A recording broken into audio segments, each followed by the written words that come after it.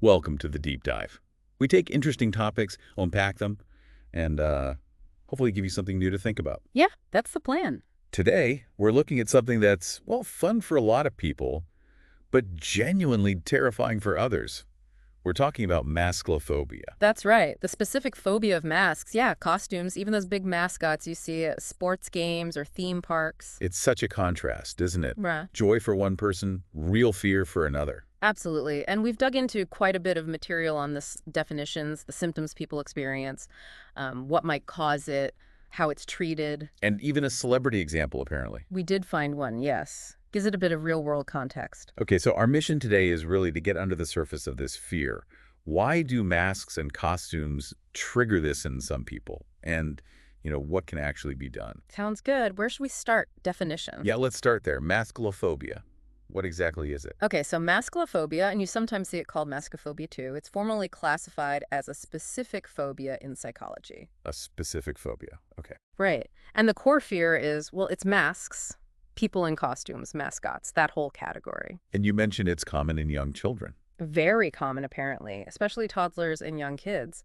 It can be sort of a developmental phase for many. That makes a lot of sense. I mean, Yeah. imagine being 3 feet tall and suddenly Mickey Mouse, but like human size, walks up to you. Exactly. It can be overwhelming. And the sources also mention a possible link to coulrophobia. Fear of clowns, right? That's the one. You can see the overlap, the hidden face, the strange expressions, maybe not knowing who's underneath. It's that uncertainty. Yeah, that lack of seeing the real face, the real expressions, Mhm. that can be unsettling.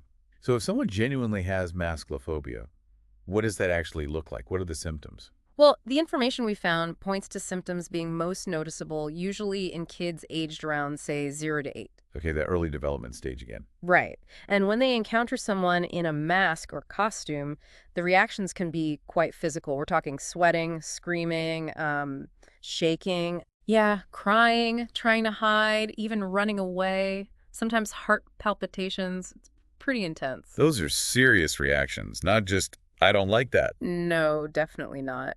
The sources describe these as basically panic attacks. They're triggered by seeing or even just someone masked getting close to them. So the proximity matters too. Oh, definitely. The anxiety often ramps up quickly if the costumed person approaches. I'm thinking about Halloween now, as the sources mentioned.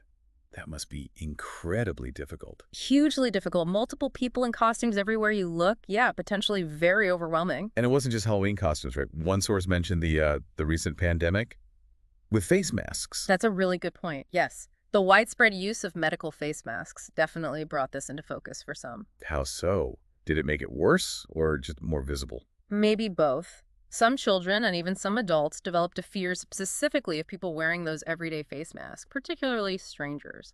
It kind of showed how pervasive that anxiety about obscured faces can be, even with something less costumey. Interesting. So it broadened the context in a way. Yeah, it added another layer, showed how societal changes can sometimes amplify these specific fears. Okay, so we have a handle on what it is, how it manifests. But the big question is why? Why does this happen? Our sources said there's no single answer, right? That's correct. No single universally agreed upon cause. But there are several pretty strong theories. Like what? Well, one major one relates to how young children struggle to differentiate between reality and fantasy. Okay, like the giant Mickey Mouse example earlier. Exactly. Their brain is still developing, and seeing a life-sized cartoon character, Yeah. it can be hard to process. Is it real? Is it fake? That disconnect can be really unsettling for them. That makes sense. It's like a clash between what they know and what they see. What else? Another idea links it to something kids are taught all the time: stranger danger. Right, don't talk to strangers. Yeah. Exactly. So when they see a large figure, face totally hidden by a mask or costume head, it can trigger that warning system. Who is this person? Are they safe? The hidden face makes it impossible to tell. So the mask itself becomes a barrier to assessing safety. Precisely. And tied into that is just the basic unfamiliarity of a masked face compared to what kids expect a human face to look like. How so? Well, children are learning facial cues, expressions, how faces move. A static mask or one with exaggerated unnatural features just doesn't fit their developing template for a human face. Yeah. It's visually jarring. And didn't the sources mention something about the timing of facial recognition development? Yes, that's fascinating. It seems kids really start getting good at recognizing faces around age 6, but it continues developing, reaching adult levels maybe around age 14. So younger kids literally don't have the fully developed brain tools to process that masked face easily. That seems to be a big part of it. Their recognition skills are still emerging, so an obscured or altered face is much more likely to register as wrong or unsettling because they can't interpret it reliably. It really shows how much we rely on faces for information, even from a very young age. Absolutely. Emotional cues, social understanding, faces are fundamental. Cover that up, especially for a young child, and you disrupt a key way they make sense of the world. So what seems like an irrational fear might actually have roots in, well, how kids' brains are wired at that stage. That's a really important way to look at it, yeah. While we call it a phobia if it's persistent and severe, there's often a clear developmental reason why these fears pop up in childhood. Okay, so understanding the why is helpful. But if this fear does become a persistent phobia, what then? Is there treatment? Yes, definitely. The good news is that there are effective treatments. The sources consistently point to exposure-based therapies. Exposure therapy. That sounds like facing the fear head on. Kinda, but in a very gradual, controlled, and safe way. That's key. How would that work for masks? Well, it might start really small. Maybe just looking at pictures of masks. Then perhaps being in the same room as a mask, but far away. Slowly, step by step, the exposure increases. Maybe eventually to seeing someone wear a mask briefly. Always ensuring the person feels safe and in control. Okay, so building tolerance gradually. Exactly. The goal is to reduce that irrational anxiety response by showing the brain, through safe experiences, that the feared thing isn't actually dangerous.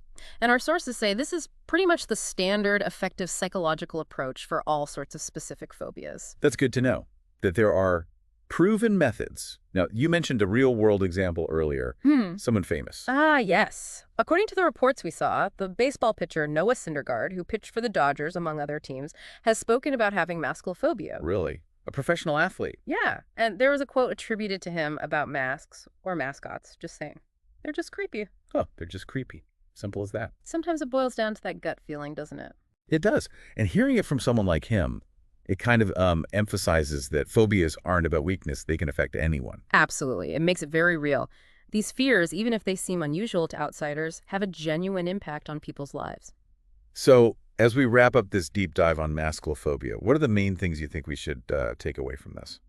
I think, firstly, that masklophobia is a real thing, a recognized phobia. And secondly, that it often has understandable roots, especially in childhood development and how we learn to process faces and unfamiliar sights. Right. It's not just random. Not at all. And maybe thirdly, it highlights just how deeply reliant we are on faces, on facial cues, for navigating the social world. Yeah. The fact that just covering a face can cause such intense fear for some, it really speaks volumes about perception and emotion. It really does make you pause and think about how much information we get just from looking at someone's face. Yeah. How we connect. And when those signals are gone, even in a context like a costume party that most find fun, it can be profoundly unsettling for some people.